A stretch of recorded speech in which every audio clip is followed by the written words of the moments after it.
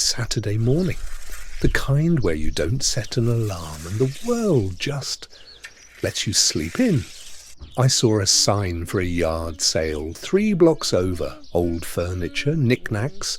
I almost kept walking. An old 2-story house with a garage sale sign. The kind of place that's been lived in for 50 years. The sale was in a garage. Old lamps, vinyl records, a box of mismatched plates. And then I saw it. A dollhouse, Victorian style, red door, white trim, a tiny porch with miniature flower pots. The woman selling it said it was her grandmother's. Been in the attic 30 years, she said. $10 and it's yours. I handed her a 10 and carried it home. It was heavier than it looked. I put it on the mantel in the living room. It matched perfectly, like it knew where it belonged.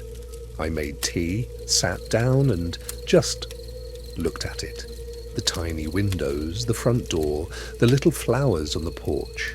I remember specifically closing the tiny front door. My fingers were right there. I closed it and went to bed. I fell asleep fast. Too fast, maybe. I don't know what woke me. It wasn't loud. It was the absence of something. I sat up. The house was silent, too silent, and then I heard it. A tiny creak. From the living room, I got up, walked to the living room.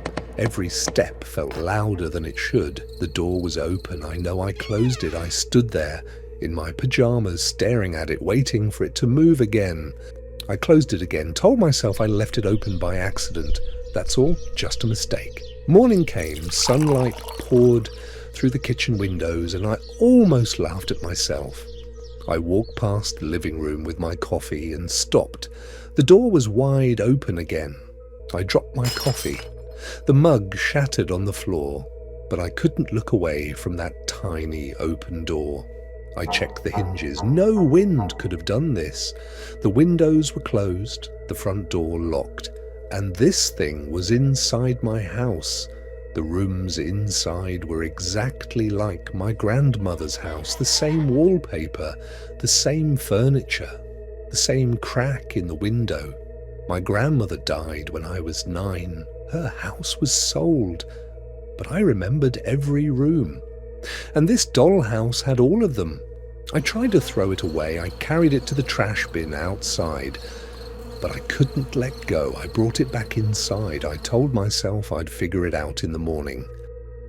That night I woke up at 3 a.m. There was light coming from the living room, warm yellow light.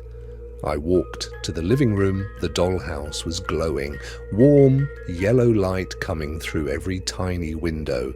The dollhouse was glowing, and through the tiny windows I could see something moving inside. There was a tiny figure inside, in the living room, sitting on the miniature couch. It was shaped like a person. I stumbled backward, fell against the wall, and when I looked up, the light was gone.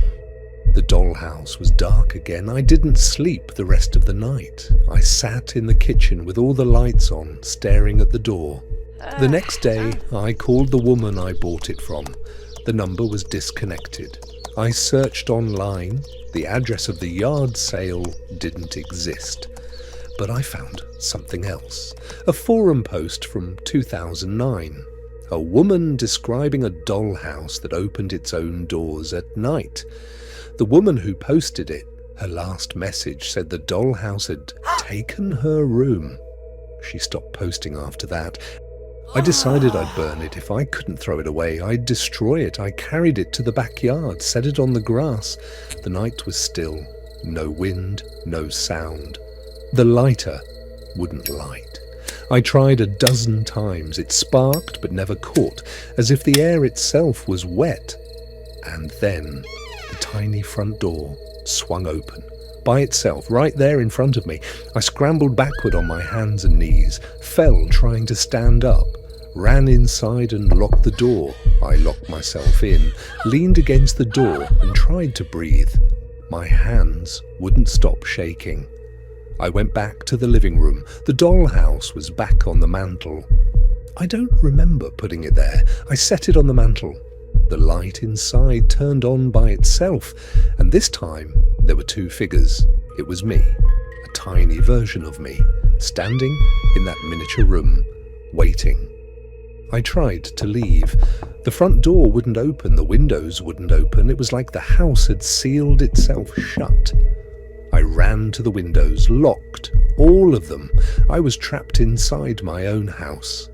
I turned around. The dollhouse was glowing brighter than ever, and now there were three figures inside.